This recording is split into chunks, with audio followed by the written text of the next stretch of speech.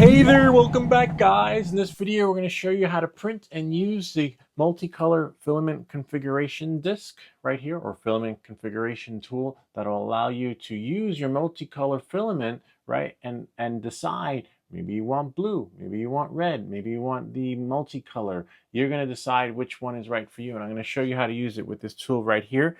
So without any further ado, let's get started. So hopefully you've printed this. We're using the latest version of Creality, okay, and you want to print this exactly the way it is on your print bed. Don't move it around like, oh, I like how it's, maybe I'll just move it this way.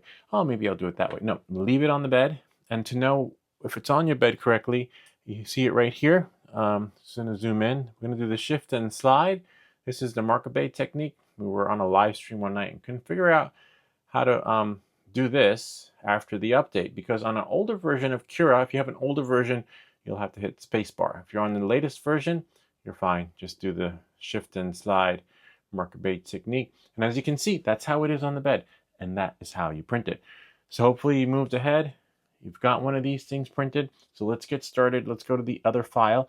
Again, if you guys are wondering about Creality, right here, 6.2, okay? Right there. Now we're just going to close this right here and make sure before you print it that you have the correct filament selected in your slicer, because as you can see here, it says Hyper PLA, but the last print that came from here was TPU. So we go here and then we just go to Hyper PLA, because that's what I'm using, and do that. Otherwise, it may not print, it might turn to spaghetti, whatever will happen, it will happen, but just double check and make sure your settings here are optimal for what you want to experience. But I always use the default, so I am fine. So we're going to close this right here, and thankfully you got one of these for the next step, okay? And then we're going to open up Filament. That's his name, Filament. Look at that little Phil, little spaceman Phil. I can't wait to print the Creality mascot. That'll be really cool. I've always wanted to do that. I have him somewhere. Found him, went on an Easter egg for him. I thought he was a fictional character. Well, kind of is, but I just thought no one went and made an STL of him, and then that's how I found this guy, Filament, and then finally I found the other guy. All right, so anyway, we're gonna scale him down. Again, make sure you're using the correct selection of filament, and then we're gonna go here to scale, okay, which is right over here, okay. And then I'm going to do 40%. You might have, it doesn't let you do select all, so you got to delete all the numbers individually. 40. See? Yay, and there's Phil. And you can see the X, Y, and Z. We're only going to play with the Z axis, right? On Phil. But these are, make sure that, you have, it's facing front. And that's how you know you're in the front of the build plate. Some people might think, oh, there's the front. No, that's not the front. The front is right there. Make sure you have that, okay? So now we know Phil's in the right position facing me, and now I'm going to go to my filament configuration disk, or filament tool, whatever you want to call it.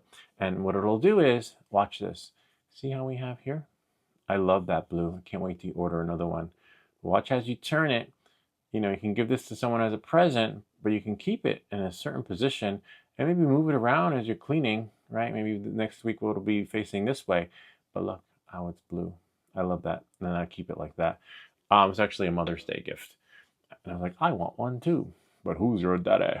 All right, so let's see. So now what you're gonna do is, when you have this here, you're gonna be at 12 o'clock and 3 o'clock. Think of it as a clock. It looks like a sundial. And then now flip it over like this.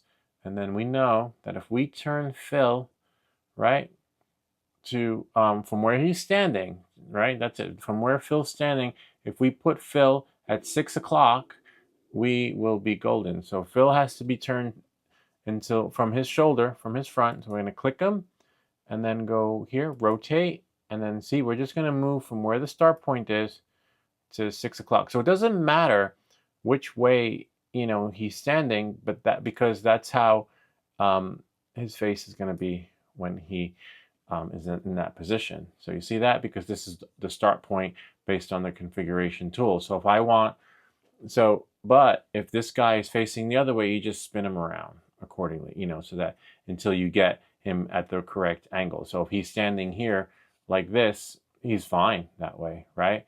But if he's standing here like this, we know that we need to bring him to 6 o'clock, which would be there. Depending on where he is on the build plate will determine the experience, okay? So you figure that that's basically how you do it. And if you want to move him around till he gets that angle, that's fine. So again, here we go. 12 o'clock, 3 o'clock. And then we turn from where he's standing. So just think of it like this. So if this is for those that don't get it, if Phil is standing here, right, and I want him to be blue, see, he's going to be blue. Now, if Phil is standing the opposite way, right, if he's facing that way, and then if I turn him this way, only this side will be blue. So you have to adjust him on the build plate, right? So basically move him around the build plate until he gets into position so that you can work your clock, okay? So we got lucky on this one, but that's how you would adjust him on the build plate to match the experience so that when you turn him, see, now this side would only be blue. So in our case, he's facing in the position this way. So we just had to spin him around like that. See?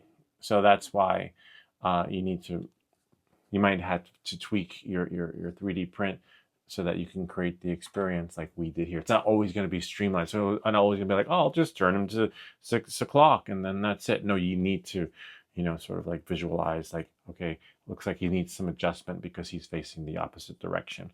Just want to get that out of the way. But let's see how he looked on the printer. Come.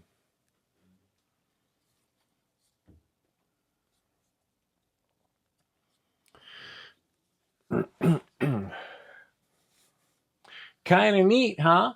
Gotta love it. Just remember that if you change the filament, you print a new one of these, or if you've spooled up your filament, let's say you combine them, there'll actually be a link in the description in case you want to print one of these. That'll help you combine your filaments so that you don't have to discard that extra stuff. Print another one, because depending on how it was spooled up is also going to determine how this thing actually will print, and then so you'll have to recalibrate things, and hopefully it does work. I haven't tried with the a spool that's been spooled up, but it does spool everything up evenly, which is phenomenal. Anyway, if you have any comments or questions, feel free to leave them down below, or ideas for other videos. Remember to like and subscribe, and we'll see you all next time.